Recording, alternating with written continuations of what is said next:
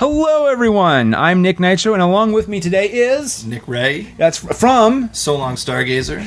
Which you can find at SoLongStargazer.com.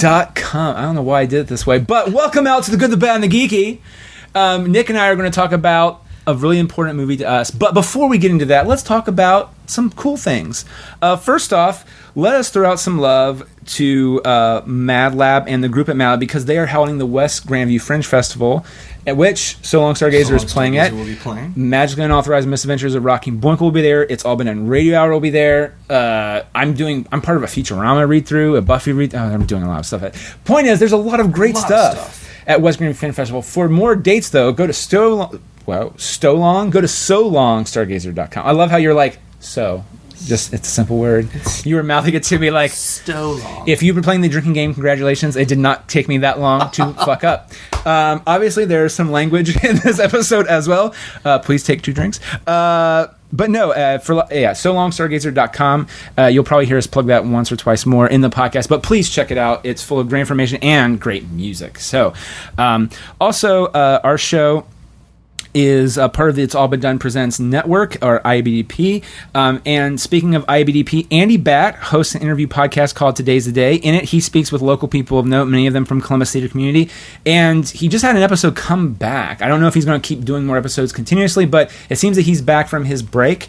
I'm not going to lie, it's a bit of a deep episode, but I hope you enjoy it. It's called Today's the Day. For more information, please check it out on iTunes or IBDpresents.com because it's all been done anyway. Here's the thing, it's really good, but then I just feel like the way I say it, I ham it up, and I don't even intend to sometimes, and it's good. But I've not heard complaints from the impresario who runs it. So actually watch it now that I say it, I was like, could you please not A, call me the impresario, even though that's what I call myself, and B, could you maybe not ham it up a bit? And I'm like, sure.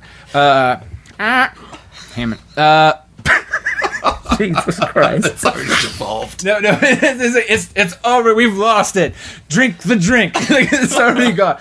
No, also, should I do Magically Unauthorized Misadventures of Rocking Boinkle? As you heard, it's going to be at West Grandview Fringe Festival, but Season 2 premieres later this year, 2017. So iTunes, words are hard. iTunes, keywords, GBG Boinkle. Waterfall. Boosh. Yeah, it's already. You know what? We should just, forget our amazing sponsors at PackratComics.com and audibletrial.com/goodbeggy, where, Nick, do you know that you can get a 30-day free trial with over 200,000 titles to choose from? 200,000. 200,000, right. And there's the new book, Neil deGrasse Tyson's Astrophysics for People in a Hurry. I'm in a hurry. Me too. So you know what? We should go to that, and when you do that, it throws some green our way, which is great. But you know what? We're not going to talk about that. No. We're going to get right into... Actually, one more thing I'll throw out there. Young Writers Festival 2017. You'll probably hear a lot of podcasts before and after this. For that, go to madlab.net. I'm not even going to bother with the dates because I'm going to butcher them. But madlab.net, they're amazing. They're awesome, and it's so much fun. But we're here to talk about... That was my effects. Spider-Man Homecoming. yeah. Also, I'll throw out there, we have a special guest who is not verbally here. He's just not physically present. Physically present. He's like a ghost in an audio sort of way. Sure, because that makes sense. For everyone, this is the funniest part of the podcast. How do we? But no, maybe not. Maybe what did we feel about Spider-Man? We're not going to tell you that part because we're just too goofing on how bad I am as a host. This show's supposed to be about Spider-Man. Surprise! It's not. You know what? You're right. It's really about how mortgages are falling and the home market declining right now. I said a bunch of words that sounded good, and as you said, clearly that was wrong. I feel like Ben Affleck and Good Will Hunting. I'm going to take this cash here 2-4, and I'm going to keep your eyes to the grindstone. What did you just say? He just said a bunch of language he heard in a TV show. That's what just happened. Yeah, mortgages and bank. Yeah. By the way, for the fans out there, that has nothing to do with this. Just to go on another rant, but if you watch Ghostbusters, the mortgage joke they make in there is phenomenal. As an adult, as you're a kid, you're just like, get to the ghost. And when you watch it now, you're like, that's some fucking fun. Yeah, I had to mortgage my grandma's second house. It'll be okay, Ray. The prime mortgage, and you're like, ooh, adult humor. I love it. Anyway, so yeah, this is about Spider-Man Homecoming. Nick and I talk about, but we also have Eric Sternberger on. Oh God, Eric Sternberger, Eric, he's going to say it right. We're going to play the Basinger. Boo. Either way, we're going to play the full clip from Eric after the theme song, and you're going to hear all of it. And I'm not editing it because it is actually kind of funny. Oh, it's brilliant. And I feel like it's a disservice to Eric for A, taking his time, and B, for making it really funny without doing that. And so I'm going to play all of it as it is. But that'll be the first thing you hear once the theme song cuts out, and then we'll go right into Spider-Man. And I'm not gonna lie, it'll probably take us a second to dip back around to what Eric was talking about, but we do cut back to it, and guys, we fucking go into Spider-Man. Like, spoiler alert. Oh yes, thank you. Spoiler alert. I mean, we pull spoilers down and we just go to town on them. I mean, if you haven't seen this movie, you won't need to. When we're done. Yes. Oh, yeah. You know what? Why bother? Just don't even go to the movie at this point. Just listen to us and go, I've saw Spider-Man. Nick and Nick told me about it. You know what? That's our law firm, too. Nick and Nick. Nick and Nick told me about it. Nick and Nick. Do you want to go see a movie but don't want to waste the time? I listen to a podcast with Nick and Nick. Boo-boo. I saved 20 minutes. I saved 20 minutes by ordering Geico. All right, but yes, episode of The Good, the Bad, and the Geeky. Spider-Man Homecoming. Geeky.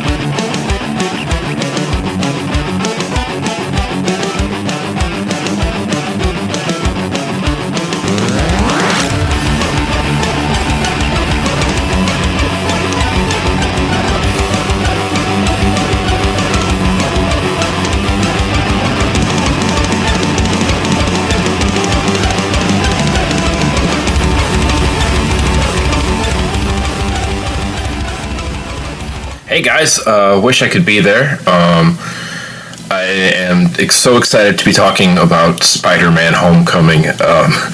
I was lucky enough to see it at the press screening, and I have been just biting my tongue with spoilers and trying not to hype it too much for people that haven't seen it. So, because I went in with expectations like, oh, I hope this is good. It's going to be a Marvel Spider-Man, so I assume the best.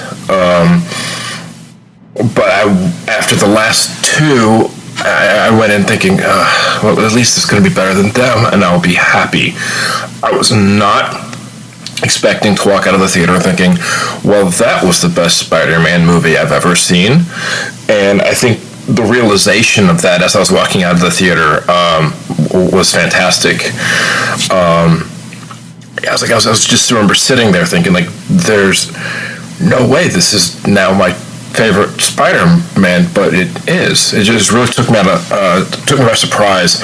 I was trying not to hype that too much for anyone I knew that was going to see it. But it's just everything about it, every choice that movie made, I loved. Even down to the casting and how it made everything around Peter Parker really, it made like his high school more diverse, but not in a way that it was obviously making it diverse. It felt real. From the taking of Flash from no longer being the stereotypical bully of the 50s, the 60s, the 70s, whatever, like the jock who pushed someone into a locker, which bullying has become sadly more sophisticated. He was the rich bully, which is a fantastic take. And the way Mary Jane came about, it was brilliant in the fact that they made you love this character throughout the entire movie, and then at the end said, oh, by the way, this is Mary Jane, suck it, racists. Anyone who had a problem with that casting ahead of time, the stormtroopers can't be black crowd, who just don't belong in my nerd fandom, could just deal with it. Even to the point that Aunt May being hot is fantastic. Because it's one of those things you think about, like, I'm the age an Aunt May should be, essentially. Like, I can have a 16-year-old kid. My friends have got kids right now that are graduating high school, which, freaks me out a little bit, because I'm still binging Samurai Jack on a Saturday. But it's like, she should be my age. It shouldn't be the comic book depiction of the drawings of her as being this old Betty.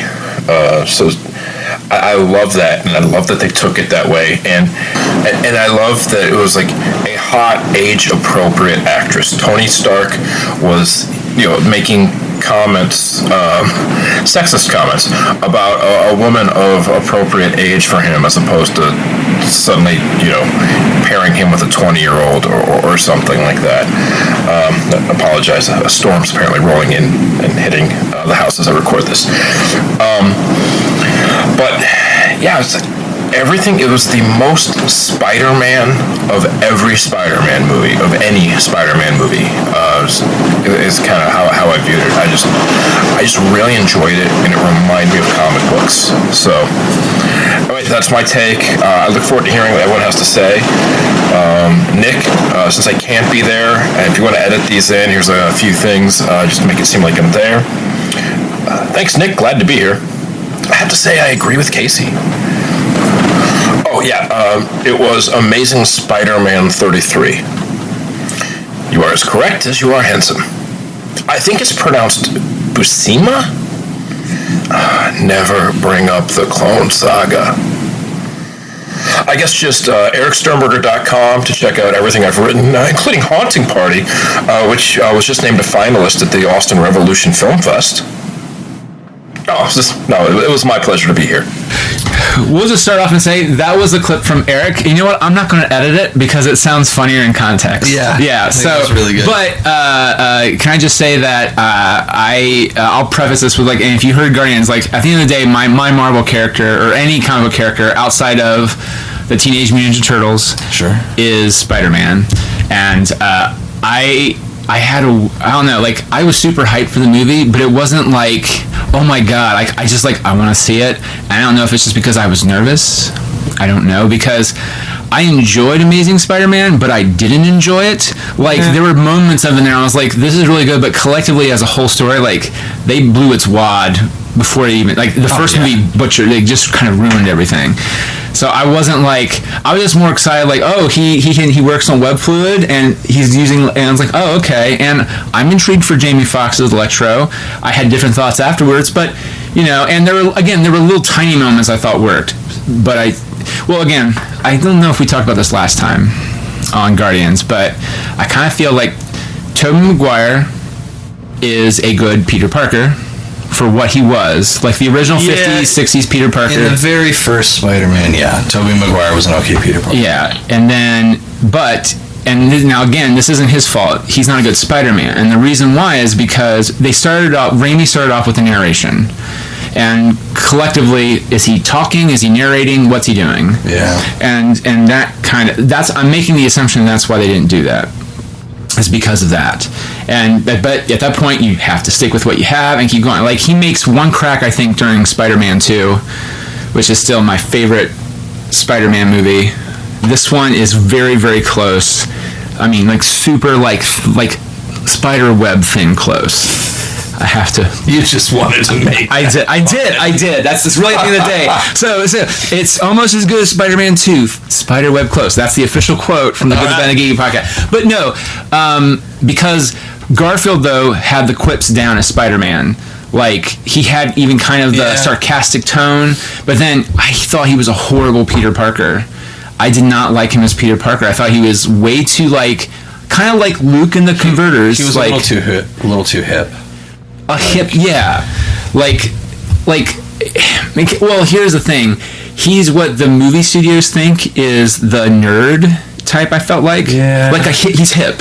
Yeah. But, Tom Holland in this one, he's not, he's just kind of away from everybody else, that is the new nerd, or the new outcast. I felt like they nailed Peter Parker in this one, yes. to a T. It was maybe not the 1950s, 60s Peter Parker, but what you think of Peter Parker, the collectively. Yeah, I feel like it was just so on point. The concept of just, kind of tripping over his own words every time he sees something. He's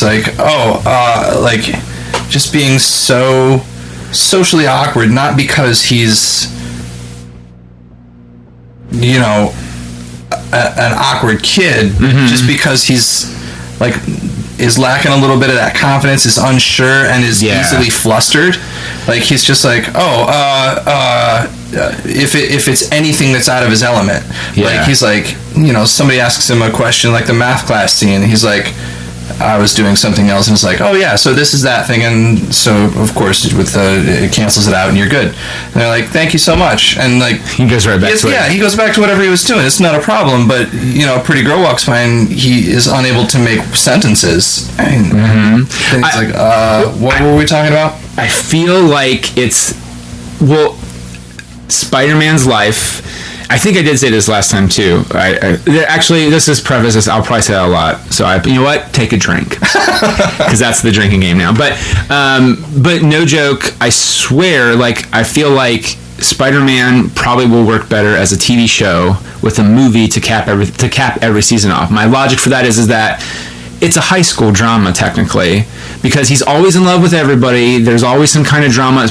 I just feel like it's a lot to cram into a 2.5-hour movie. And I feel like they actually found a way to do it very well, I think. But I feel like, because that's the whole thing, is that Peter shows up to one place, he falls for one girl. Like, they set up Betty Brant, which I thought was really cool. Granted, she's also his age, which that made me a little weird. Again, this is old school. Again, I didn't have a problem with it, but I was just like, but if they're setting that up for later, Betty dumped him because he was too young for her, and she, I think, is like the same age or younger than him. So that threw me off. Again, I'm trying to think 5 miles ahead. That's my problem. But even 5 miles ahead, a lot of it, like when you come up to why Betty Brant dumped him, I mean, that stuff, you can change all of that stuff. MJ's name is Michelle. Which I'm fine. Which that's fine, right? So like, if you can name MJ Michelle, Betty Brant can dump him for whatever reason she wants. Yeah, that's true. I don't know. You don't have to follow the storyline of the comic to a T. That's true. That's true. But you're right. If you're going with the comic, which you know, if you're trying to make a live action version of the comic book, you know, a la Riverdale, then sure, you need to make it into a TV show so that you can have all of those episodes. Can I be clear? I do not want a CW show. I would like well, let me rephrase this. I would like, because look, if you read the original books, and even a little bit now, I think now it's more of a crime procedural case of the week kind of show.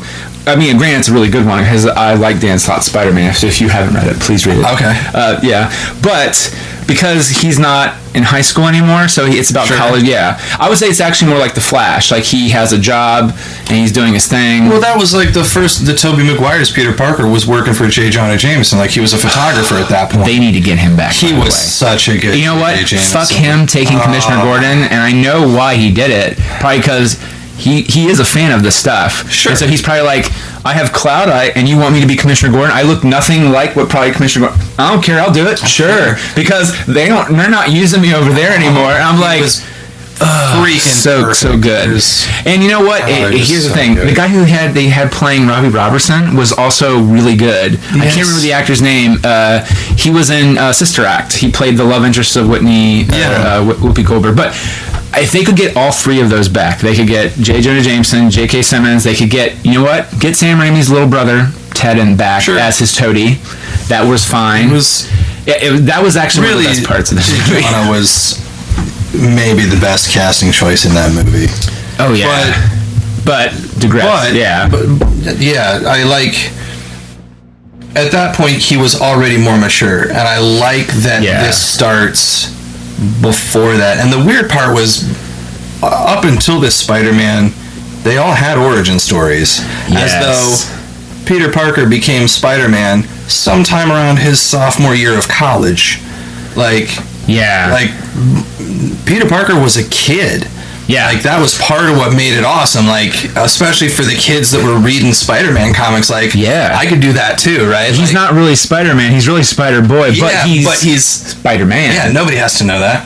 Exactly. Yeah. He's Spider-Man, he's got a mask on. I'm really man. Really man. Yeah, which that was one of my favorite parts of the movie. Spider-Boy. Spider-Man. I'm a man. A man, okay.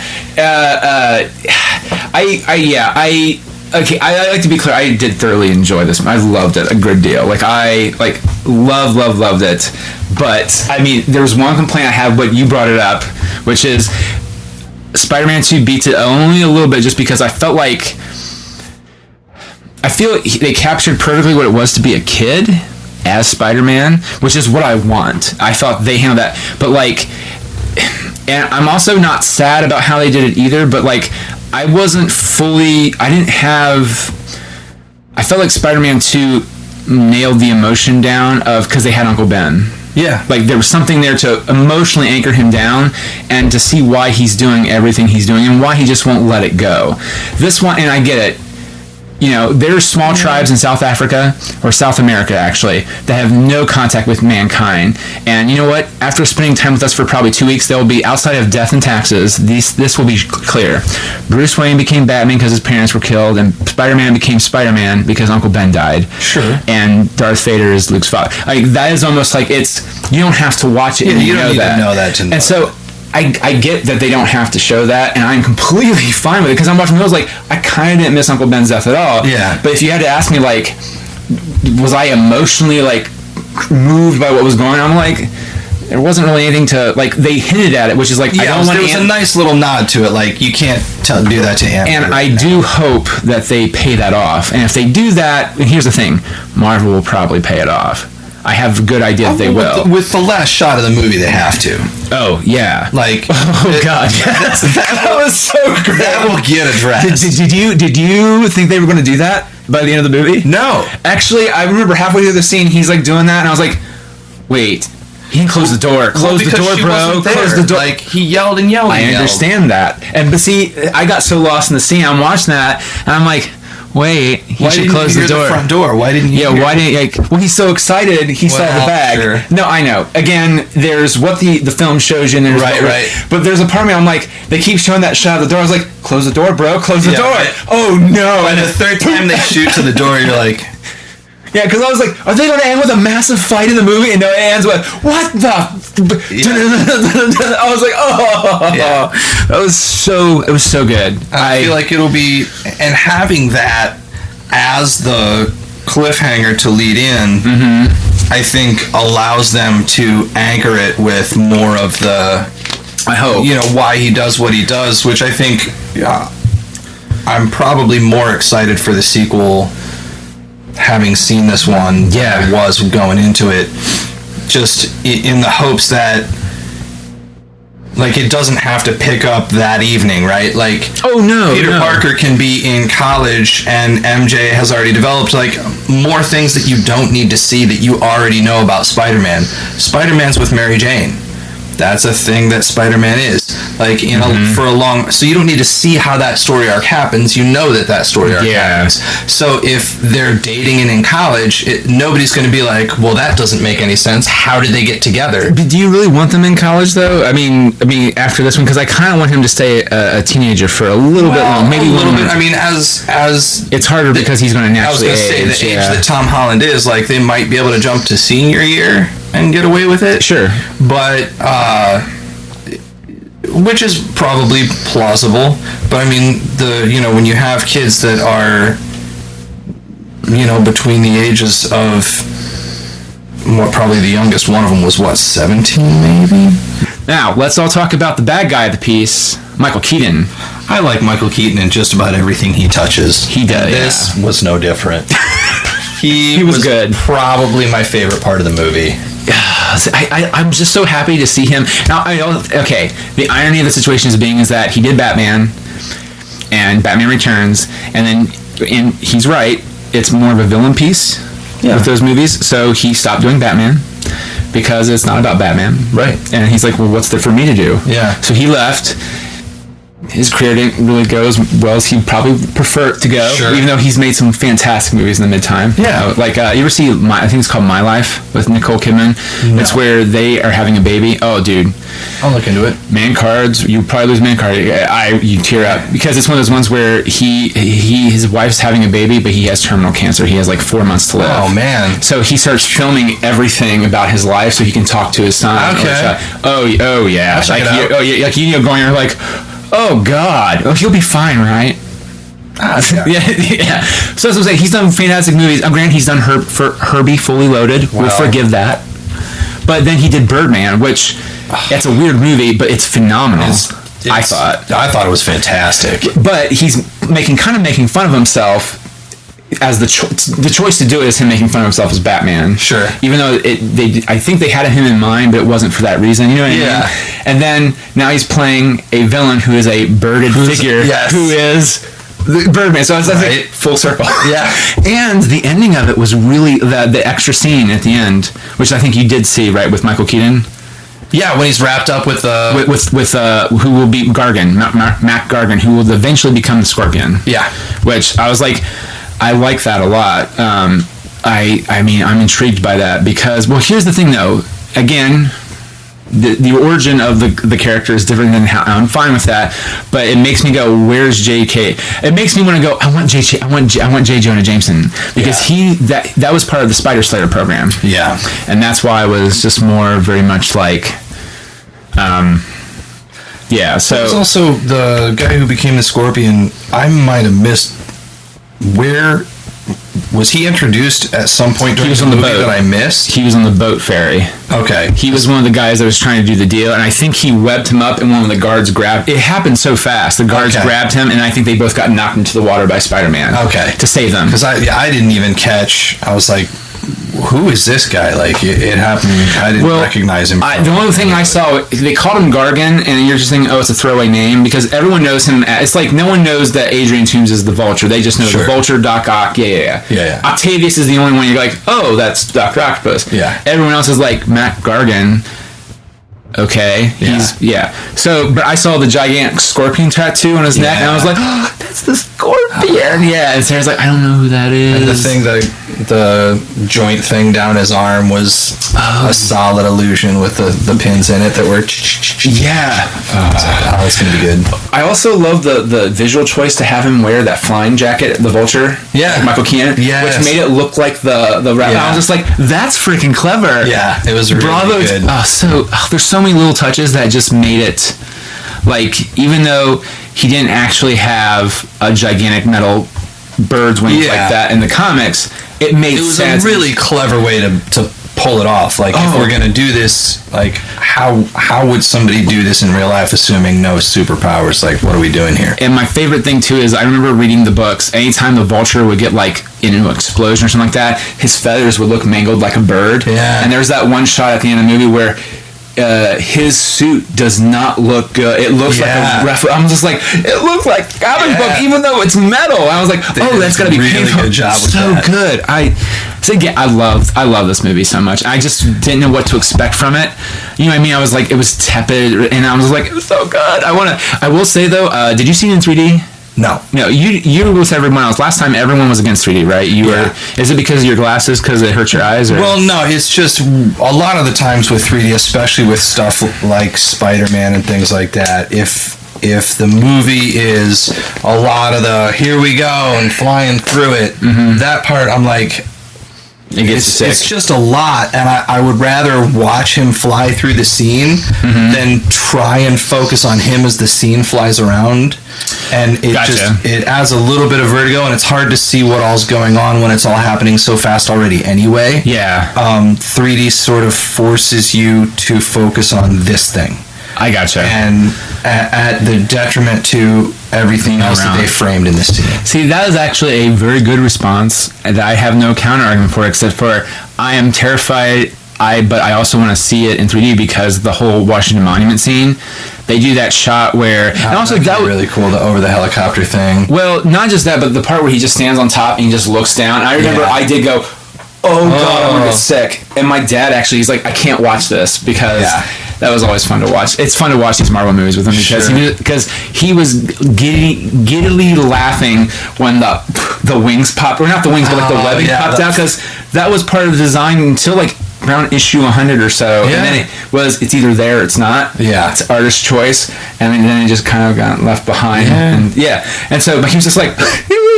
He just started laughing. I was like, yeah. But he is terrified of heights. I can watch him in movies a little bit, but I'm going, I am kind of glad I'm watching this in normal D first, and not like 1D and not freaking, or 2D and not freaking 3D, because it would be a lot. It is. And I also like that too, is that they never established him going up too high, or I got the opinion that he never did skyscraper stuff with that scene, because he's like, this is really high, I've never been this high before. Oh God. I'm like, I'm with you, bro. Well, because like his webs would go up there so he could swing through, but he would shoot webs up there, but he would be swinging down here. He's 2-3 stories tops. Yeah. That was sort of Spider-Man's zone, was like 50 feet off the ground, flying around through stuff. Yeah. Now, did you love? Okay, did you get the reference about Jennifer Connelly? Did you see Jennifer Connelly in the movie? How I said that might have been a trick question. No. Did you hear her? No. She was the Spider-Man suit. Oh, she was Karen. Yeah. Which, interesting enough, her husband started off as Jarvis. Oh, look at that one. No, right. I thought that was like, that's a nice little nod to her husband. And I think her husband somewhere did an interview. He's like, yeah, she's getting started in the Marvel universe how I did. Yeah. And I'm like, so she's going to form as a take human form. That would be pretty sweet. But I thought that was really cool. Kind of, get Jennifer Connelly back into the Marvel universe with a good Marvel movie. Sure. Hulk. Vomit in my mouth a little bit. I'm sorry.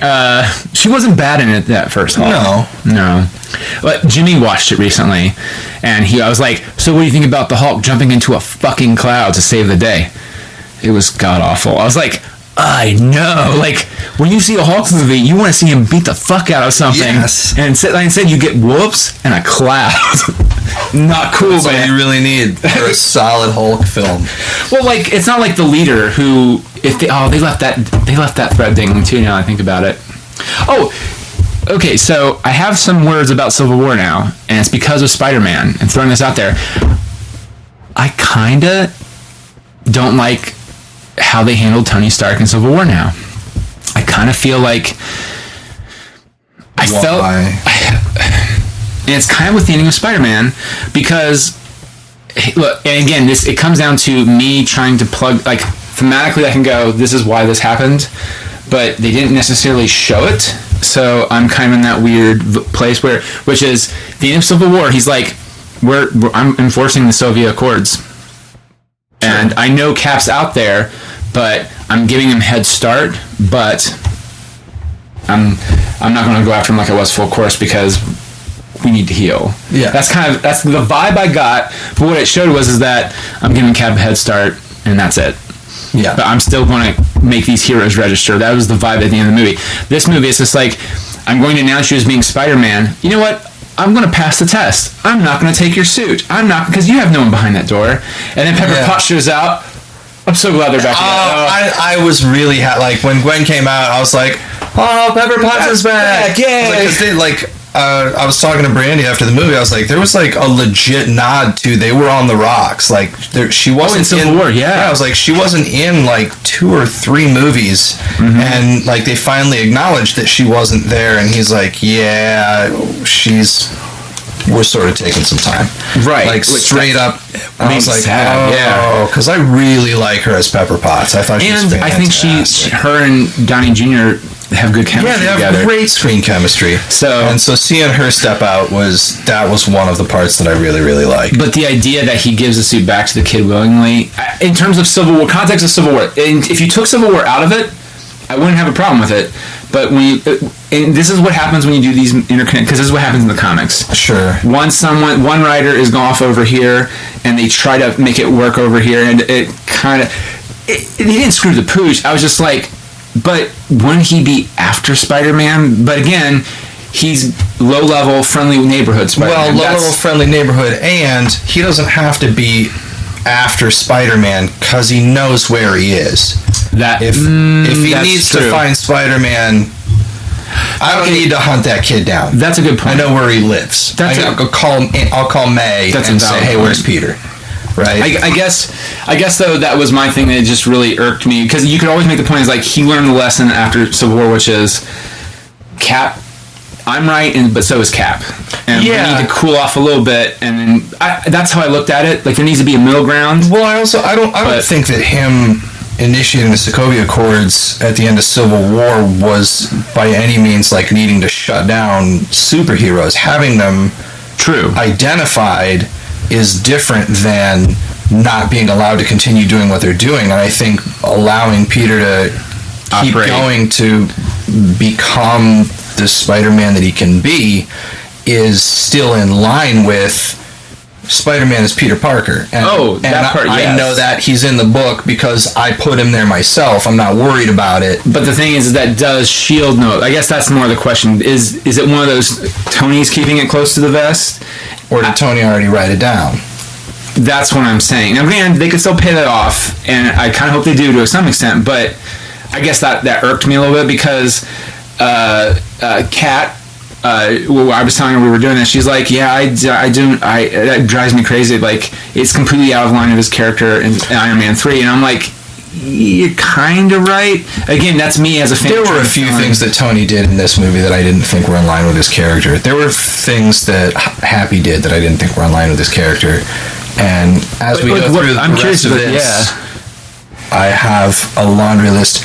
Ooh. So per your initial statement of when you hear me say that, take a drink, this will be a lot like Guardians of the Galaxy when I'm going to be especially because did you not like the special effects scene? No, you and Eric both adored this movie a lot, and I thought it was good in much the same way I thought Guardians of the Galaxy 2 was good. It was a really fun movie. I liked it a lot. Yeah, and you know, I wasn't mad at spending money. You are the official shit on everyone's... No, I'm kidding. I'm kidding. But here's the thing. I probably agree with you on some of these. There are 2-hour movies that I walk out of. Hell, there are 2.5-hour movies that I walk out of that I'm like, wow. Has it already been 2.5 hours? Like, yeah. Dang. And when you're pushing 2:05 and I'm checking my watch 3 times. Did you do that with this one? I did. And wow, you could have put 20 or 30 minutes of this movie on the cutting room floor and the movie would have been better for it. I felt like scenes? Like some of the pacing. So for the scenes that I thought could have been scrapped. Yeah. Like, after the sail under the bridge, the van chase scene, like I really like the nod to Ferris Bueller, like the kind of madcap running through. That did not need to be a 3 or 4 minute scene of him like tearing through all, like, it just sort of kept going. And you could have had him chasing that van for a solid minute, and there are ways to cut through to the end without it needing to be 3 to 5 minutes of just going and going. Okay. And going. Fair enough. No, that's actually... Yeah, you're right. Like, I felt like... And I felt like there were several instances of that through the movie that, like, what is this furthering other than having, like, a good little bit... Like, they could have had him plowing through some backyards, and, like, there's nothing for him to swing from, and... You know, plow through the backyards, Ferris Bueller, nothing to swing from, running through the sprinklers, this sucks, get to where you're going. Done. Yeah. Like, okay. And it still would have been as good of a, this is Peter Parker, not in an urban setting, how does Spider-Man get around on foot? Okay. Like, and still conveyed what you wanted to convey. Okay. I don't disagree with that. So that's valid. I'm going to say that these are all my valid. favorite one that I don't like. the least good scene. The least. This is good. Some of the high school scenes could have been dropped. Like, I liked getting to see Peter in his element. I liked he's just an everyday high school kid, but like, you know, seeing the math class thing, like the fact that he is smart enough to kind of do this, and you know, he's goofing off and he answers your question and thank you very much, and we show that, you know, Flash is kind of an idiot. Yeah. And like, that's good, but like, do we need to see chemistry and math and Spanish and lunch and like, we don't need an entire day of high school in a movie. Like, we've all been through high school. We know what that is. So show me touche. Show me a couple of the classes. Like, we get it. Peter's pretty brilliant. He's on Mathletes. Like, we're good. And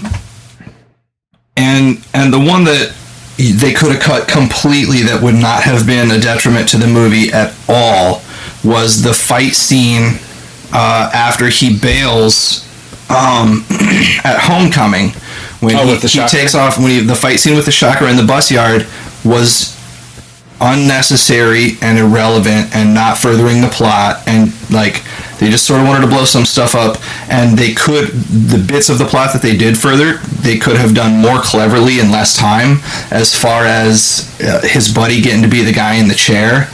Like, he could have just like grabbed him and been like, hi, sorry to grab your date, we need to go to the bathroom right now, and like out the door, like just gone. Like something silly and funny with grabbing him and being like, I need you to figure out how to track my phone. I gotta go by. So, question. Now, in terms of how they set it up, though, would you also then have him not have the shocker stick around then? Because that was kind of the point of that scene, which is like, I need help. I'm gonna finish this tonight, kind of thing. I just need to take my daughter to Homecoming. Yeah, right. I got a thing to do at home, and then because then at that point you don't need that scene either. Well, no. I mean, the I want to finish this tonight. They could have had him waiting outside the warehouse in case the kid shows up. Or you're just saying have that fight at somewhere else. Well, kinda, maybe if they need it. Like, they didn't need the shocker to stick around. I don't think he was. Can I also just say I like the look? Sorry, this is another. I just like the look of the original. Yes, shocker, with the jacket arms. I want him to at least keep the jacket and then kill the guy. But they did. Did you notice the continuity error? He vaporized him and then cut to the new guy, and he's got the sleeves. How many of those jackets did they have? Like the weird yellow. Yeah. I didn't see that. Yeah. Well, I'm going to try to see this again. Yeah. So when you see it again, look for it. In the first time that you see, like, after he gets it, and then the next time that you see him, he's got the yellow sleeves. I wonder if that's something that the Tinkerer built for him. Now, granted, they didn't show it, so it's continuity error. Yeah. So, but I wonder because But I did like the nod to that's the Shocker's outfit. Oh yeah, I really like that too. But no, okay, so because I guess that's the question then, is that I don't disagree with that per se. Is that, but are you saying completely cut that scene out then? Because then the Shocker would be in the wild, and we'd have another minor foe to. Because let's be honest, Shocker can be a minor foe. Yeah. Like, we know the Shocker if you know Marvel stuff. Right. You know the Shocker, but like he's not like a top tier Spider-Man villain. He's one of the Vulture's henchmen. Yeah. He's not. He's not. Clearly, he's a minor villain. He's a henchman at this point. And like, if he has aspirations of something bigger later, great. But minor villain disappears off into the wild. You're not hurting anything with this movie. You're not. Like, okay, he could just take off. And when he bails from Homecoming, hey, I need you to trace my phone, however silly way you want to do that, shortly. And then he arrives at the warehouse, and you're not hurting anything as far as the continuity of the story, because, look, you're going to drop this, and you're going to show my daughter a good time, or I'm going to kill you and everyone you love. I'm not going to drop this. So good. I got to come after you at the risk of you killing me and everybody I love. Yeah. Like, and he shows up, and there he is, which is what happened anyways, and you don't need any of the in-between stuff. Fair enough. And when you're starting to push past the point of like, and we've already seen everything that happens in that scene. We've already seen, like, we've seen the web shooters. We've seen how the Shocker's fist works. We've seen Peter get hurt. We've seen cars get crushed and flipped over. Like, it's all redundant information, and that was one of the points where I was like, all right, so like, we got like 40 minutes left of this. Okay, so we'll move this scene along, and then something cool will happen again. And I felt like there were too many moments like that where I was like, I knew that something good was going to happen. Like, it couldn't all suck from here on out from any of those points. But I was like, all right, let's move it along to the next cool thing. Okay. Which was disappointing, because there have been a lot of the movies in the MCU have really been like all the way through. You're like, yeah, I'm right there with you the whole time. And the things that are like, yeah, keep going. I'm with this you. one was like, this is a little too much. Yeah, there were just parts of it that I was like, okay, but why? Like, keep going. Okay, now, okay, keep going. I might have a counter argument to that. It's not a good one. That's all right. But no. Because here's the thing. I don't necessarily disagree with you on some of that, but I'm intrigued. Is this one the Big Chalupa, or you got? No, that one, the fact that one could have got, that was my least favorite scene. Was that the one that you was the bus fight scene? That was the big one. Okay. That you could just cut. Like, you could lose the whole thing. Okay. But I don't know. I just feel like fluff can be fun, but I felt like there was too much of it. Like, yeah. Like, if you want to have fluff, like, that's good. You want to have the explosions. You want to have the chases. You want to have all of the, the fights. But it has to for me as a viewer, it needs to always make good sense. And if it's just like a beating for a beating's sake, like... See, I didn't feel that was a beating for a beating's sake. I thought, it was two things. Again, well, I was going to say, depending on what your next one was, is that I kind of felt like that is really showing... We hadn't seen him really fail at being Spider-Man without the suit. You know what I mean? Like, that was his first... Like, literally, it wasn't just a quick... And that was... We didn't see him run out of webbing necessarily before, either. Like, he popped it out, he fumbled around with it. Like, it's him being a typical, like... What would probably happen to us if we were Spider-Man? Oh, shit, I'm going to get hit with the thing. I got to go, oh, where's my web cartridge? Boom, I get hit. Yeah. And then if it wasn't for some random person, or in this case... I call him Gonk because he's technically Gonk from Ultimate Spider-Man. Sure. But Ned Leeds... picking up the web shooter, but I'm not gonna lie with you, there could have been a way to have done that better, or if it'd be okay if he walked out, but it's really him being Spider-Man really for the first time, and he's caught off guard. There's no suit telling there is a target coming up from 4 miles. Now you could also argue and say, where the fuck is his spider sense? Well, where is his they did not talk about that at all in this movie. And he didn't have his suit talking, which I mean, I know that we like that Jennifer Connelly got in, and we like that's nice. Oh, that's just okay. Maybe there was a bigger thing that could have been cut, and that's Jennifer Connelly could have been cut completely from this movie. Yeah, that whole hero training mode didn't really happen to the. Well, they did it wrong. For the love of Pete, like the training montage. And they set themselves up for success and then blew it hard. What you mean, like hard. When he's stuck in the and they set up damage control. Well, they set up damage control, which is really cool. But when they set him up for a hero training montage with the training wheels program, and then theoretically Ned is gonna hack Stark Software with a laptop in his hotel room. Ned's a smart kid, don't get me wrong. He's gonna hack Stark Software with 2 keystrokes. Yeah. That's not now. If Peter did it, I would maybe I knew. If Peter did it with a week of coding and and if they had somehow built that Peter was now in the same argument as per the last scene, do you want to see a week of coding? A coding montage. A coding montage. Keystrokes. Yeah. No, go different angle. Yeah, because then you were like, oh god, they've been looking at that. I'm checking his watch. He's still coding. Jesus. No, but that's how they crack the Stark software. I'm not gonna lie with you. That and again, Peter surrounds himself, especially in a school for smart kids. I suspend disbelief for that just enough. But it really, if it was anyone, it should have been Peter. Yeah, but it would have been so much cooler if they didn't. Because the first time you hear Karen, she's like, congratulations on completing all of your training, whatever they were. Why didn't they just have him complete some of those? He didn't need 578 web sling combinations. But he doesn't know what the training... He didn't know... Yeah. I know, but... Yeah. He could have, hey, there's a training wheels protocol. Yeah. And, so how does that work? And be like, training wheels, where are the training wheels? And then Karen turns on, and it's like... activating training wheels protocol, and suddenly it's they could have done it in a way that he got some extra stuff in this suit without the one kill mode was funny, but the interrogation mode was pretty mode was funny. Now see, did you think those scenes could have been cut? The interrogation scene could have been cut? I mean, yes and no. No, because it set up how he found the boat. Yes, but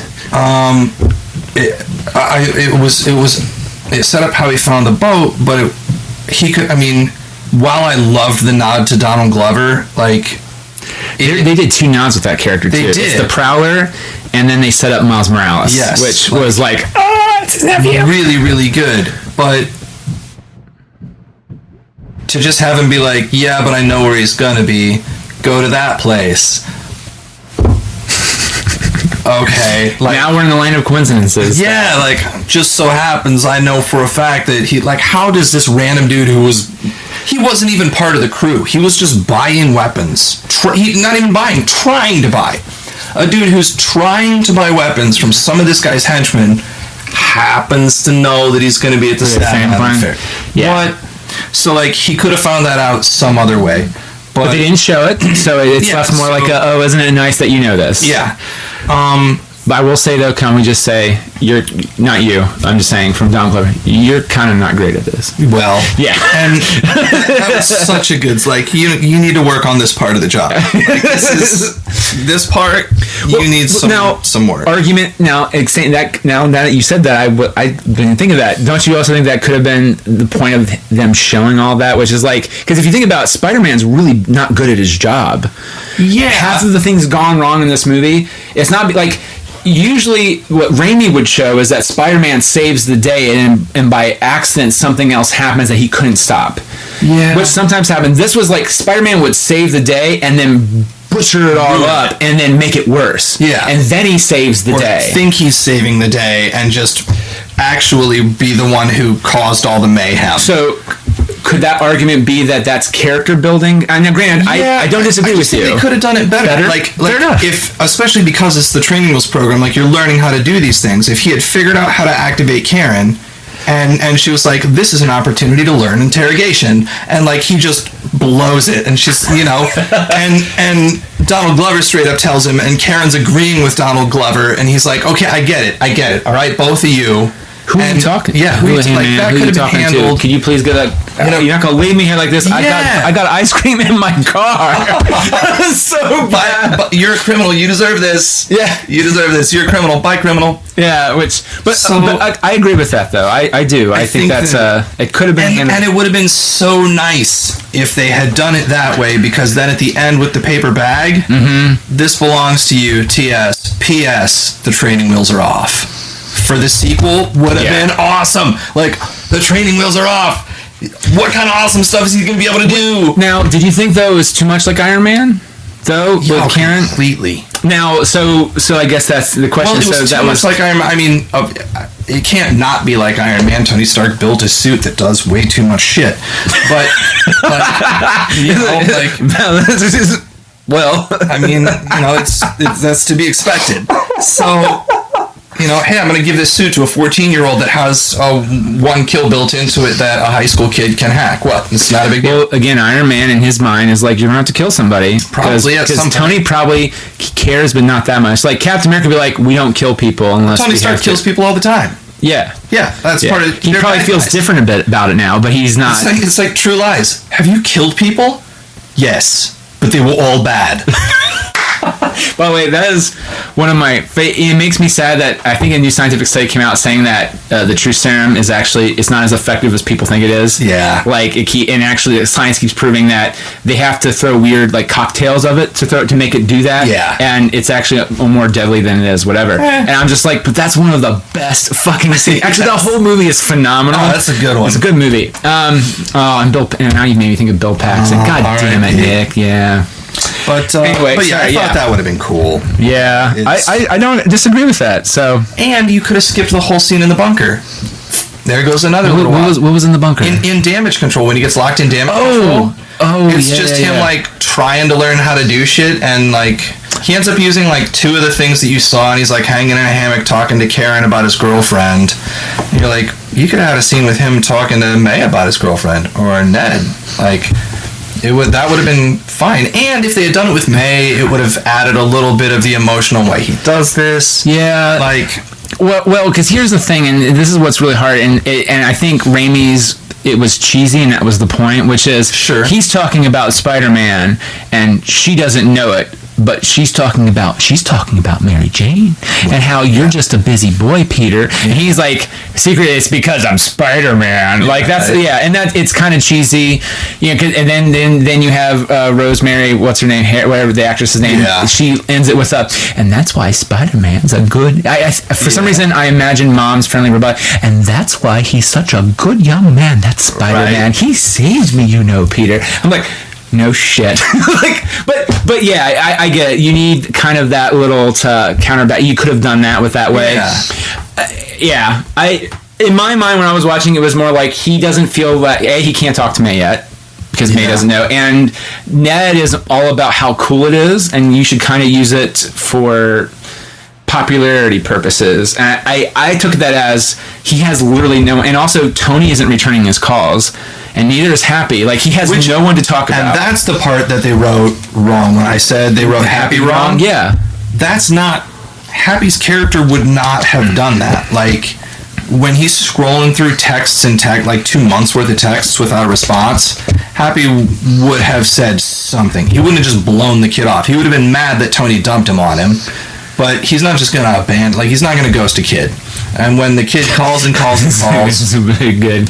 Like, I'm gonna ghost the kid. No, you're right. I don't think that's not Happy. Like, I just don't think he would have.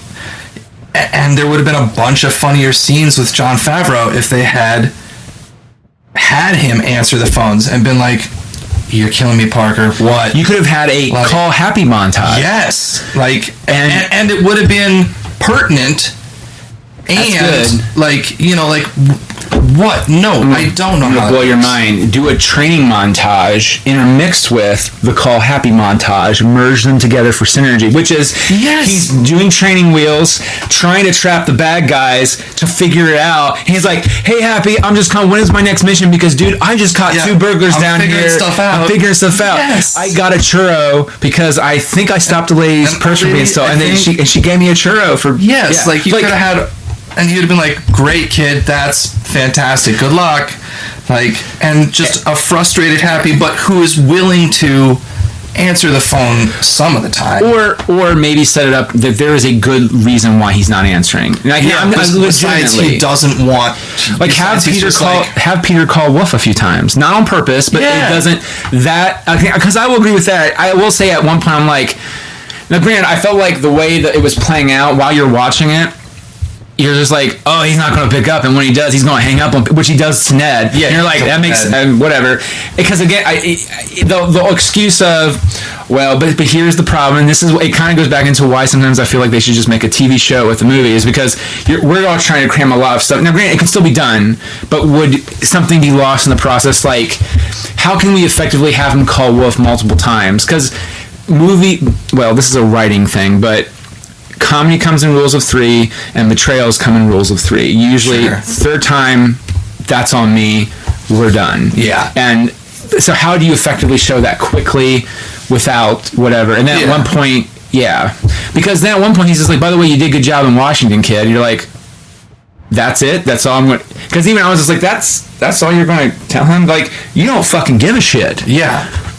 Fuck you, Happy. Like, and I love Johnny Favs. I want to say that. I anytime you can put more Happy Hogan in any fucking thing. He's been fantastic as Happy Hogan in every single... I'm so glad that he's not... I'm so glad he's just like, I directed your movie, but I'm not being happy anymore. I'm glad he didn't do that. Yes, right. I'm just like... That's so awesome. Actually, I think he did that to himself, so he's just like, I will always be in the movie. So, like, when they recast Robert Downey Jr., Happy Hogan will still be there. And I'm like, who was Alfred after Keaton left? It was the same guy until he passed. He's an old Alfred for like Batman. So awesome. Like, I think they did the same thing in the animated series. I think they had the same Alfred when they did the different, like when they switched through the new Batmans or whatever. Yeah, but what else do you have? It's just this was like a weird continuity error that I noticed, besides the sleeves, which didn't occur to me till you said it, was he's telling everybody how he stole Cap's shield, right, in Civil War, and which happened before he got to be Friendly Neighborhood Spider-Man. So he steals Cap's shield, right, and then he's like, oh my god, I stole Cap's shield, it was awesome. And then that scene was at the airport in Germany, Hamburg? Or no? When all of them were there, wasn't that at the new Avengers facility? Like where... you mean where he stole the shield, or where he was telling people he stole the shield? Where he stole the shield. No, that was at the airport. That was at the airport in Hamburg, or whatever the airport was in Europe. Because that was the whole thing, is that... which I thought they handled that opening really well, which we didn't talk about the opening. They did a quick intro, like, you remember him in Civil War? Yeah. This is his video diary, how he got there. Yeah. And I thought the video diary was brilliant. And that one really shot was so beautiful, where he's just like, guys, this is so cool. I just stole Captain America. Obviously, you see Ant-Man go to Giant Man, and he's like, oh crap, there's a big guy, gotta go, and he just drops I gotta go. Yeah, but I just remember, because he steps on the the airplane wing Giant Man does and breaks it, and then also Ant-Man at the beginning throws. He shrinks a car down thinking it's water, but it's a gasoline to fill up the tank, and he wings it. He's like, "I'm sorry, I didn't know that was going to happen. I'm really pissed now." Like Rhodey, he did that in Europe at the airport. I don't think he ever really officially, if so, it was there to go in and out to the Avengers. Because I thought he was at the new Avengers facility at some point in Civil War, which I thought was weird because at the end of Spider-Man, he drives up to the new Avengers facility that they've just finished. Yeah, but I was like, in Civil War, like, there were people staying there. Like, that was already a thing. No, that was all at the new Avengers facility. Now, Spider-Man didn't go there, though. Like, well, but it was already a thing in Civil War, like that facility. Yeah. And then as they're pulling up, Happy's like, "You like it? Just finished." I think they just finished it because remember Stark was living in Stark Tower at the beginning of Avengers before because it was still under construction. Right. Okay. Yeah. So maybe that wasn't as much of a continuity error. I was like, how was it already built for them and they're just finishing it now? Yeah, well, I think Stark finished it, but it wasn't. I did like the things. He's like, your room is next to Vision. Yeah. He doesn't like doors. He doesn't like doors or windows or and then Tony or walls. Yeah. You're gonna like it. You're gonna like it. But yeah, what did you think of Flash? Because Eric said Flash, and I kind of like the old jerky Flash, but he's not wrong. Bullying has evolved. I didn't like him until I heard Eric talk about him. Like, I thought the dynamic with Flash was weird because how is he going to be the rich kid popular bully who's also, like, ticked off and bummed out that he's playing second fiddle to Peter in the Mathletes? Like... Yeah, he's almost like an alpha nerd bully. Yeah, like if he's the rich kid popular bully, then he's the rich kid popular bully, but then Peter shows up and is smart, and he's like, how come Peter gets to...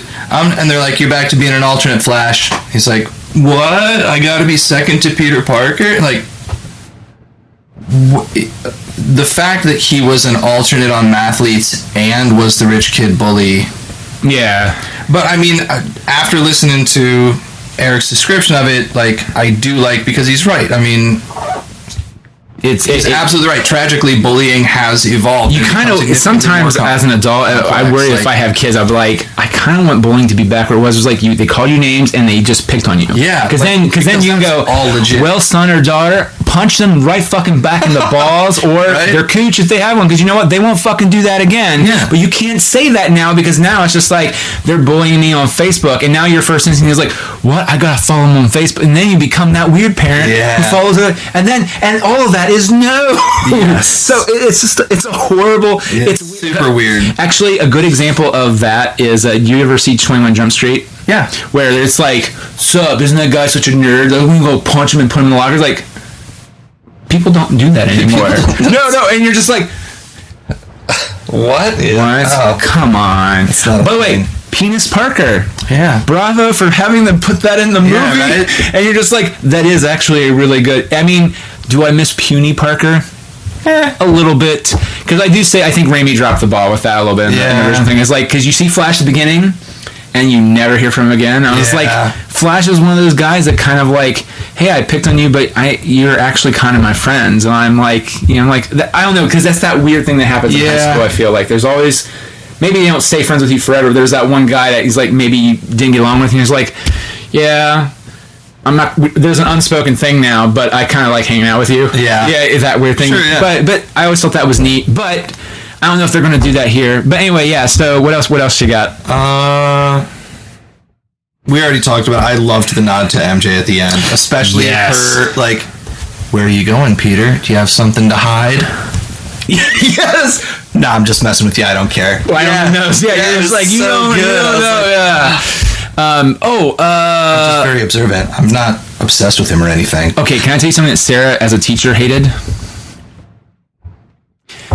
All of the high schools? No, actually, no. There was one thing that really bothered her. She's like, if I'm on a field trip and a child goes missing, that is the rumination of my life. Now, Because if you notice, Peter Parker goes missing for overnight, and no one says nothing. Yeah, now, they're just going to Mathletes without him. They go to Mathletes without him. And granted, I was like, well, they kind of make a reference to it later and they had the guy from Silicon Valley. Yes. I thought he was so good. Really good. And his whole thing, he's like, I'm just really glad all the kids are safe. And what does he say? I just couldn't have stood to lose one of the students again.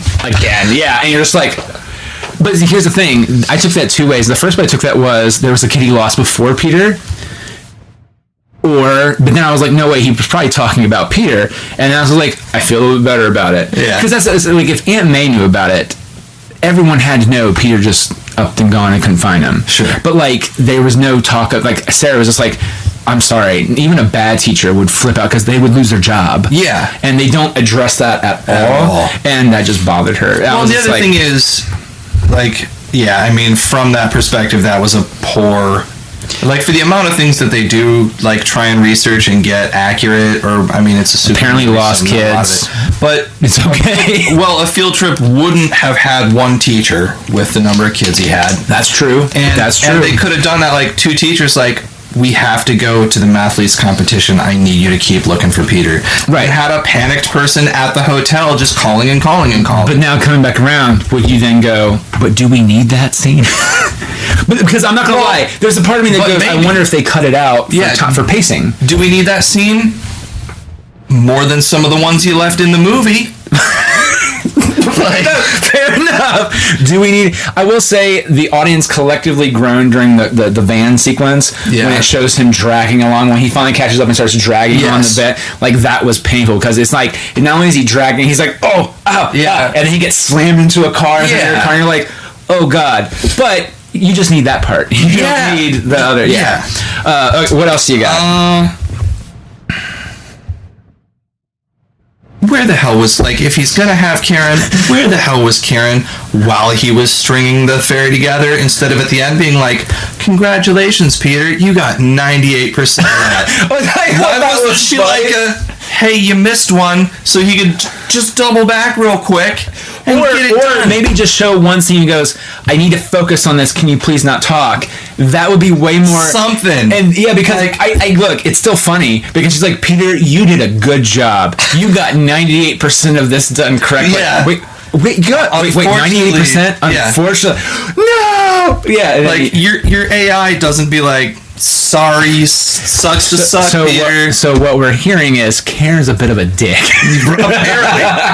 I mean, to be fair, she was programmed by Tony Stark, but I feel like Jarvis isn't a... Well, no, Jarvis has got some toot. But I feel like Jarvis's toot is really more just Tony, because Tony is thus a dick. Right. But Peter's not really... Well, that's the thing, too, is that I hope they get to this point, because that was one of the things I really love, is that as Spider-Man, he is the person he always wants to be. Yeah. And Peter Parker, he's not. Yeah. Which, and this is one of the things I like. That's true. And that's the thing I think they kind of failed at in Sam Raimi, which is, and they kind of did a little bit better, and because, for example, Andrew Garfield, no matter how hip as Peter he is, he wants to tell somebody off and make a joke. Yeah. But he's not going to do it because he'll get punched, and then he'll have to fake it, which they kind of alluded to that too in this one, which is like, he's noticing he's like kicking ass at push-ups, and then he stops for a second. You're like, nice work, Parker. And he's like... And then he does slower. Yeah. Yeah. Also, any fan of Spider-Man, even the cartoon, some iteration, they always do it. They didn't do it as much in the movies, any of the movies, which is, and they added in this one, which is, something is crushing him. And he sits there and goes, I gotta get it and for Aunt May. And then he does it, and you're like, because I was like, please say it's going to crush him. Please say it's going to crush him. Because I was like, I want that scene. And then I was like, but then the horrifying part of it is, I kind of... Do you watch Game of Thrones? Yeah. The scene where Jon Snow on the last season was battling, he got buried under the people. That was that came close to me, because I was like, yeah, this is awesome. He's going to have that moment. And then I was like, oh God, they're just lingering on him suffering. This is not cool. Yeah. And then I started to I didn't hyperventilate, but I was like, I'm feeling really bad for him right now. When he starts like kind of freaking out. And then he cries, and you're just like, oh God. He's like, help me. He's really a kid. Like, he's like screaming, like, oh my God. Like, right. You get that moment of vulnerability, which I really liked. And that beautiful comic book shot of him looking into this thing. I was like, God damn it. That's when they do that moment, is there. It's so, fuck you for being so good. That was good. There was something else I was going to throw out there, and I can't think of what it was. Was it when I was saying they wrote Tony and Happy wrong? You kind of mentioned... No, well, what do you think they wrote wrong about Tony? Because you mentioned about Happy, and that makes sense, and I actually kind of agree with you on that. Tony, I think a lot of him... The only thing they wrote wrong about Tony was at the end, when he's like, Happy brings him for the new suit. Which, what the hell does he need a new suit for? He's still got 577 ways that his current suit works. But that's besides the point. Like, it was a cool nod to Spider-Man 2020. Yes. The new suit, which was, I mean, that was kind of slick. But well, you mean 2099 or? That's it. Sorry, 2099. No. It didn't look like it to me. Honestly, was it 2020? But it looked like the Iron. Well, no, it didn't. Because I got like issue 1 of Spider-Man. I want to say 2020, and it had like the hologram cover and that spider suit. I swear to God, I'll have to go back. I'll draw it. It has like a weird thing with the eyes. It looks like a weird. It doesn't even look like he had the normal spider eyes. Yeah. On that one, that suit, it looks like a weird, like there's a skull on it. Made it because it's blue, and then it has the skull is like a weird red, and it loops up and back around. It almost looks like a Venom spider, but it has a skull. It's a different. Yeah, well, but here's the thing: they did have he's had so many fucking suits. There's another one where he was the Iron Spider in an alternate timeline. Yeah, but that was a Spider-Man suit, but pure metal, and that one looked like it had hints of metal. And there was gold that made me look like the Iron Spider, which is where he actually had spider legs, which was weird. Wow. That was lame. But the suit looked cool. Yeah, the suit did look cool. Yeah. But in that scene, Tony Stark would... The lines that he had when he was talking to Peter were wrong. Those weren't... What, like the encouragement? No, the like, I'm sorry for taking the suit. Like, he would not have apologized for that. Tony Stark, or he would have joked more about it. Yeah, he wouldn't have been like, yeah, but like... Well, he did kind of say, we all know that was really though for the best. Like, no, but like really, it needed to be done. But I am sorry that I did it. No, he would never have apologized for taking it. He would have been like, so good job out there. It turns out you are something without that suit. Like, you know? Yeah. He's like, or he would, or phrase the dialogue a little bit differently, say something along the lines like, you know what? I was going to feel sorry for taking your suit, but you know what? You didn't need it, and I'm not sorry. Yeah, like, Tony Stark, apologizing is not a Tony Stark thing to do, and B, he knew that what he was doing was the right thing and that the kid deserved it. Now, you could say, too, now again, what we've seen, not heard, is that Tony is evolving a little bit. Well, because we're coming to the end of Robert Downey Jr.'s turn. We have to be. We have to be. He's had as many turns at Iron Man as I think you had at Wolverine. I swear to God, I hope they do what I think they should do, which is they need to recast him, and whoever doesn't want to do it anymore, with the Infinity Gauntlet. Yeah, that would be pretty slick. And you know what? Don't tell people who it is. Surprise. Just do it and just be like, they look a little different. I pulled them from how I think they are. Yeah. Which is, that's them, but they look a little off. That would be I'm allowed to do that with the Infinity Gauntlet. Yeah, because like Chris Evans is now changing his attitude a little bit. Like, I'll keep doing Marvel as long as the stories are good. Yeah. And I'm like, but what does that mean? Yeah, like, right. Does it mean like you sign up for, because they're going to want a contract from you, right? I don't know. I still say let Chris Evans do what he wants. If he wants to direct, let him direct a fucking Marvel movie. But there is. Do you ever watch video essays on YouTube? No. There are some that are surprisingly pretty decent. Okay. And one of them talks about how the Marvel movies look ugly, and I don't... Here's the thing, I enjoy how they kind of look. I feel Guardians is one of the better ones out there. Yeah. But they just said that it all comes down to Iron Man looks phenomenal, and so does Iron Man 2, because they were all shot on film, and that's Jon Favreau. Sure. Now, granted, Jon Favreau has since moved to digital, but he's also doing very high digital movies, even more like Jungle Book was pure digital, pretty much. But he goes, they're all now shooting the films on digital cameras, and it's how they color tone everything. Like I don't hard. Yeah, and the guy even said, he's like, I don't like Batman versus Superman, but Zack Snyder is not afraid of showing us anything with black in it. Yeah. Like, even the scenes that pop, the colors pop more. And granted, they still muted a bit, but it pops more than, like, if you watch a Marvel movie, like, and they showed a scene from Civil War, he's like, this should be popping with beautiful reds and yellows from Iron Man's suit, the shield. The only thing that kind of really pops is Spider-Man, but even then, it feels muted.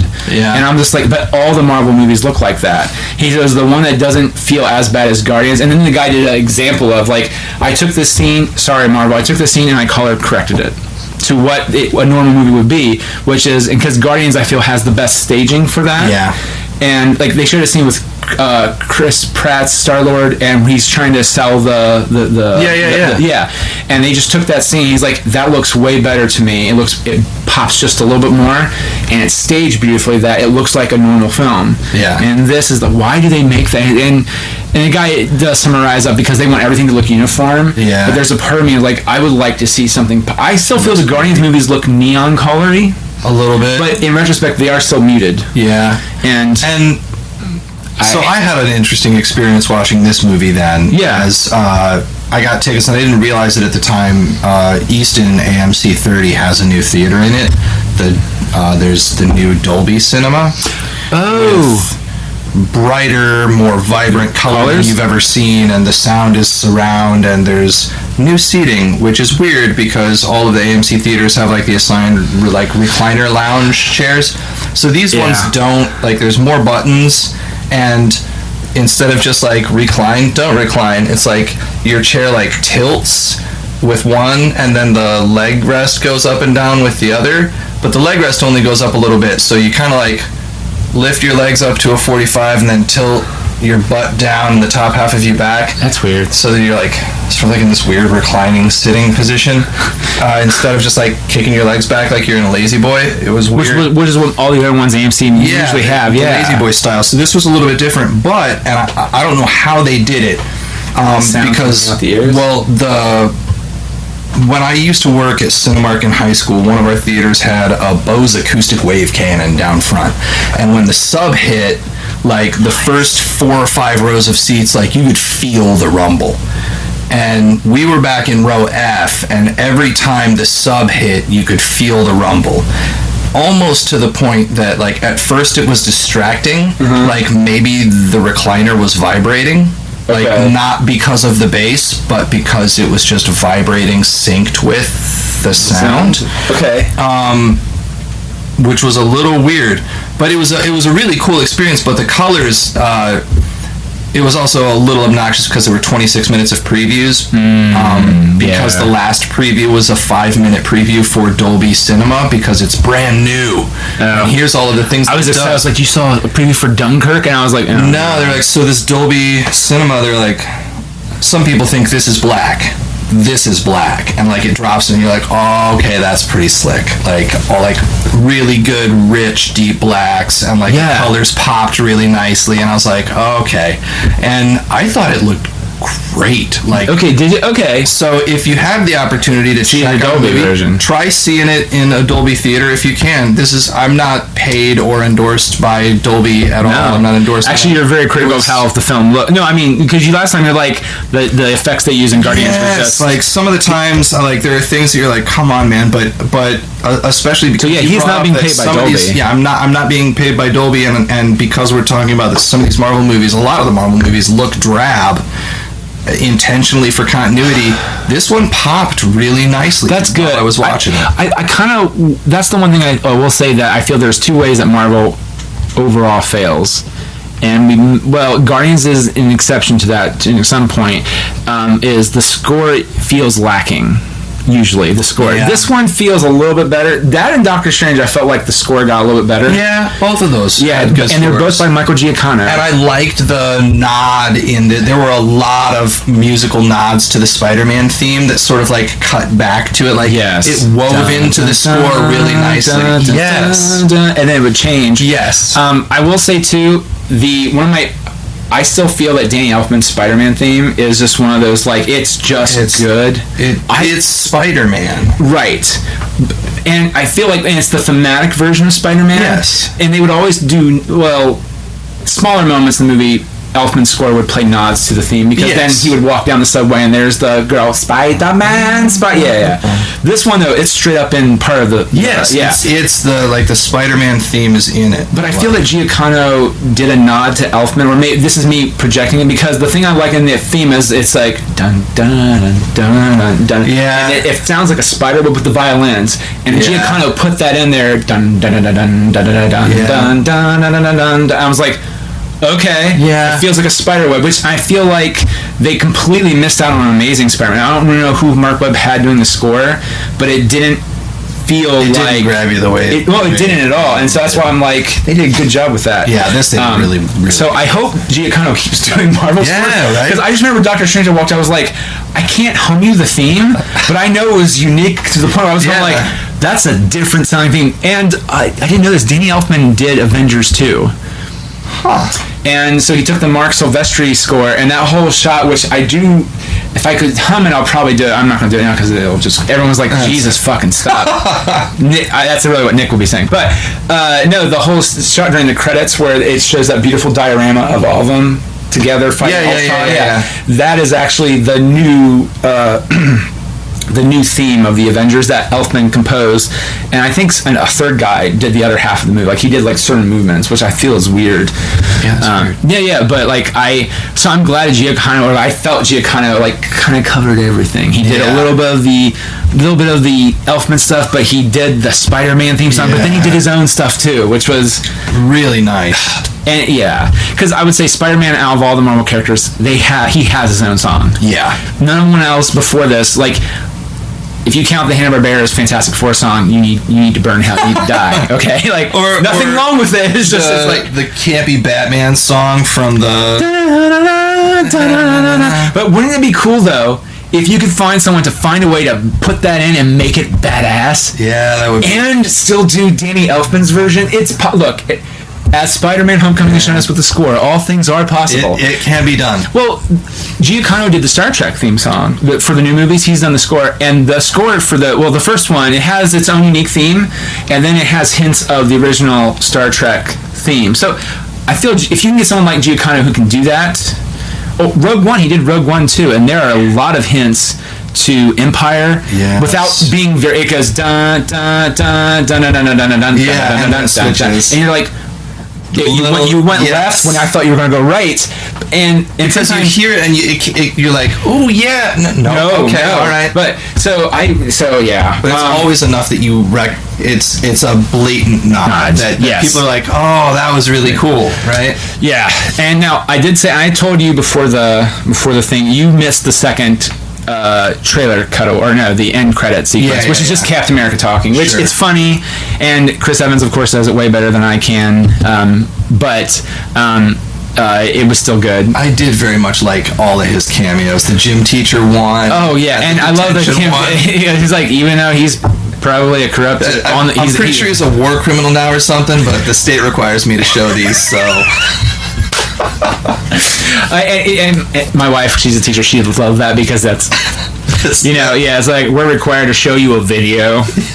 And this guy, I don't know what's going on with him. So. Here's a video of Bill Cosby. that's the equivalent, right? Or Trump. Okay, you know what's bad is that Bill Cosby for us was a higher standard than Donald Trump, and they're both horrible pieces of shit. Oh man. So do you have any other thoughts on Spider-Man Homecoming, good sir? Because we've been talking for an hour 15 minutes. Holy bananas. We've been talking longer than that, but on recorded, we've been talking for an hour 15. Now we'll probably not really. I really liked a good 90 minutes of this movie. I really enjoyed. Like, And like I said, the parts that I wanted it, like, okay, we get it, keep going. Like, for those that were there, it wasn't such a detriment to this movie. I felt that this movie could have been an A+. And it's like a B or B minus. A minus. Ooh, like, no, really, it wasn't such a detriment to the movie, like especially because I went into it being so excited that Marvel was doing Spider-Man, and with some movies that I get really excited about, I'm like, I got to be careful about this because they might ruin it. But I am until Marvel proves otherwise, I will never go into a Marvel movie too excited. I don't think it's possible because they will always knock it out of the park for me, even when I'm the wet blanket on the podcast afterwards, being like, here's the bits of the movie that I really take issue with, that you get rid of this, and that one was terrible, and that was the worst part of the movie. But for the worst part all of that, that's still a great movie. Yeah. It's like being, like the poorest guy in the billionaires club, like whatever. I'm still rolling. Yeah, like, it doesn't matter. Like, it's still a fantastic movie. It is all around, and I really think they captured a lot of the magic for a lot of the people that when you were reading Spider-Man as a kid and being like, oh, that's really cool, and like so much of the banter that Spider-Man had when you were reading the comic books, like we're gonna team up, right, guys? Hey, man, it's me. Are we gonna do this? That's gonna be awesome. Oh, so good. They did such a great job of capturing it that even like my fiance, who never read the comic books, she likes Marvel movies. Superhero movies are great. My wife is, but she never read the comic books, and the movie still gave her a really clear sense of like how geeked out a 16-year-old boy is at the concept of like, whoa, superpowers, this is so awesome. Can I just say I just realized this, we did not talk about the bigger twist in the movie at all. We've not touched it. Or did you see it coming? Okay, so here's what I thought was going to happen. Oh, no, okay. So for those who don't know, we've already spoiled a lot of stuff. But for those who don't know, I mean, this is a big. They've not touched in the trailers at all. If you've stuck with us this far, when we've been dancing around it, we've never said it. We've talked about dance around it. Well, we dance around it as in we've done everything but mention it. Everything but mention it. But which is, so when I'm watching the movie, I lean over to my wife and I go, that one girl who doesn't talk, which ended up being MJ. Yeah. I was like, I bet you that's the Vulture's daughter. Because she's a really good artist. And at the beginning of the movie, they make a big deal, like, my daughter drew this, blah, blah, blah. I'm like, I bet you that's what it is. It's fucking Liz's dad. And that just made me go, oh, I did not see it coming. I never saw it coming. I was, while we're sitting there, like, he gets out of the car and goes up and he knocks on the door, and my fiance leans over to me and goes, it's him. I was like, what? And like, as she said it, like, my brain, like, it clicked, and I was like, oh my god, it is. And then Michael Keaton opens the door, and I was like, ah, yeah. She called it like seconds before it happened, and I like, it would not have occurred to me. And per Eric's, like, MJ can be a black girl, suck it, racists. It turns out Liz's dad can be a white guy, suck it, racists. I know, and okay, and who was the mom? You don't see it coming because, in large part because of race. And I don't want to get into a whole lot of down that rabbit hole, but no, that is true. But I feel like a lot of the audience is conditioned to like. No, I agree. We are who's Liz's black dad, right? Like, right. And if anything, I would think more realistically that, or in sadly both girls' cases, the second shocker would be more of the dad than Michael Keaton. I just remember, and then that's what makes that whole, which again we kind of answered that whole thing is like, you're gonna take my daughter in there, you're gonna show her a good time, or I'm gonna murder you and everyone you love, and you're just going like, Keaton was so good, especially as like just a family man. He's just a family man.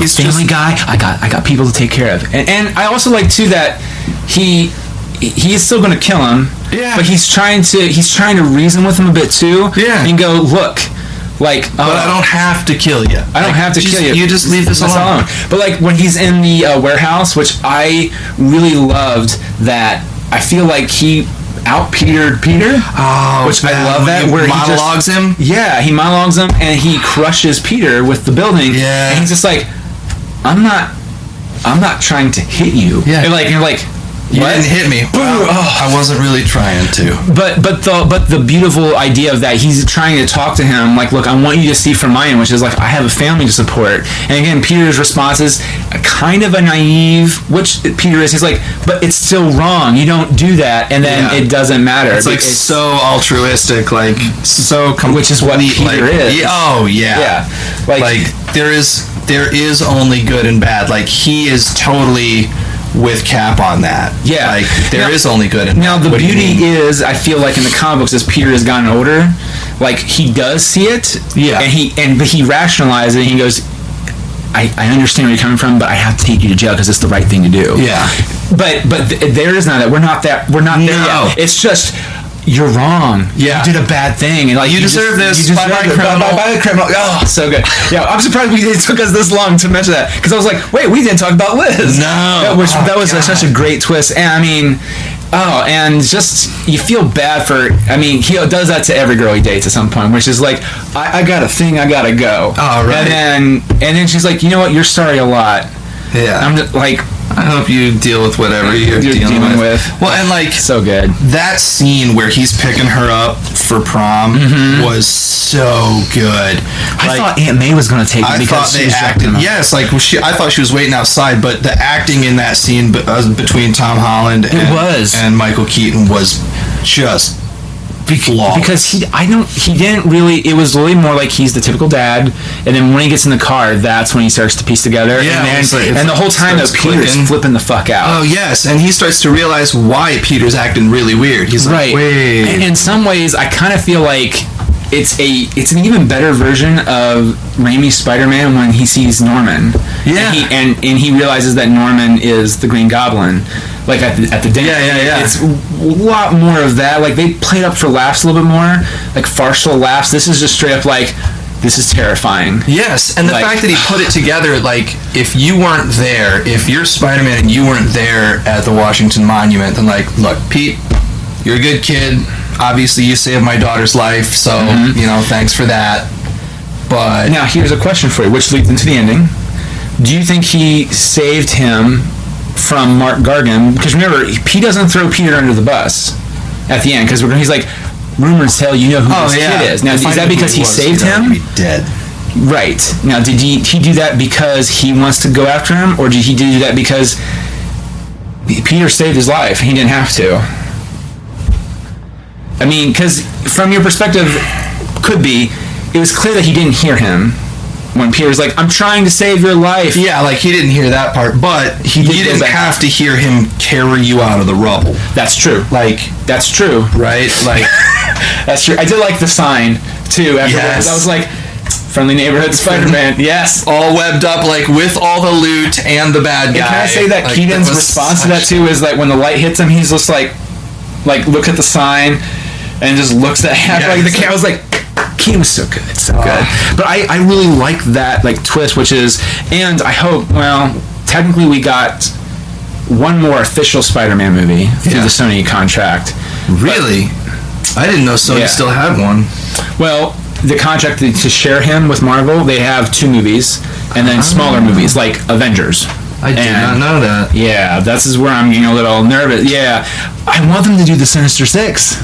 Yeah, so Spider-Man was Spiderific. Yeah, it was a really, really fun movie. It was fun. It was really good. I also think, it's a fun movie, which I don't think a lot of people are expecting with it, because Spider-Man can be drab, and it's not. It's just because bad things keep happening to him. Yeah, and I feel like bad things happened to him here, but it was still with like a, I'm going to keep going, and it's fun. It's a fun movie, which I really liked. And I mean, I want them to do Green Goblin again at some point. And I if they do the right face and all that, I'm just saying, not anytime. They don't do it soon. I'm just saying, I would like to see Tom Holland be perfect Peter Parker and Spider-Man fight a good version of the Green Goblin. That could be really good. Because, look, what's his name is Octavius, I thought was a really good Dr. Octopus. Yeah, he was a good doctor. But we could do better, maybe. I think it's Marvel. It's Marvel. We could do better. We could do better.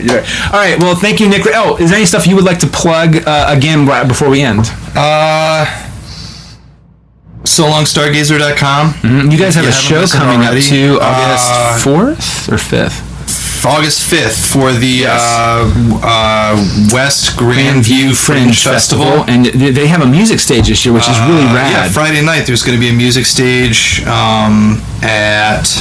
I should really know these things. Kristen knows these things. It's okay. No, it's okay. If you want more information, if you want more information, go to SoLongStargazer.com or check out our Facebook page, facebook.com/SoLongStargazer. And it should be a blast. There's going to be a lot of good bands Friday night. I think you guys are like ending the night, aren't you? Yeah, we're closing it out, wrapping up the night. But yeah, it's going to be a blast. And come on out, and before you go out to the venue, the West End, the West Grandview Fringe Festival, the rest of it is also awesome. So, if you're not doing anything that weekend, check it out. And that's just throwing out there, you guys will be selling CDs there too. Probably, yeah. Okay. If not, we almost always have a merch table. And if you don't see a merch table, it's either because we didn't have room or we didn't have time. Please feel free to always approach any member of the band and say, "Sell me a CD," because we will. I mean, the way you said that, I got chills. I was like, "Ooh, sell me a CD." Ooh, you sell me a CD. Like, and you know what? Be a little rough. Not like physically rough, but verbally. Just be like, "I want a fucking CD. You're gonna sell me one?" You'd be like, "Yes." Hey, you're in So Long Stargazer, right? Oh yes. You sell me a CD. Oh, okay. For more information on all the other great stuff they have and their amazing CD, and by the way, their website's pretty rad, which I believe someone did. I did. Yeah. SoLongStargazer.com. And all right, Nick, thank you so much. This is so much fun, man. Absolutely. Yeah. Thank you for having me. All right, we'll see you next time on the Good, the Bad. I don't know why I ended that way. That's so weird. I'm just gonna stop. I'm just gonna stop talking. I'm just gonna keep talking. You'll hear us next time. Hear us next time.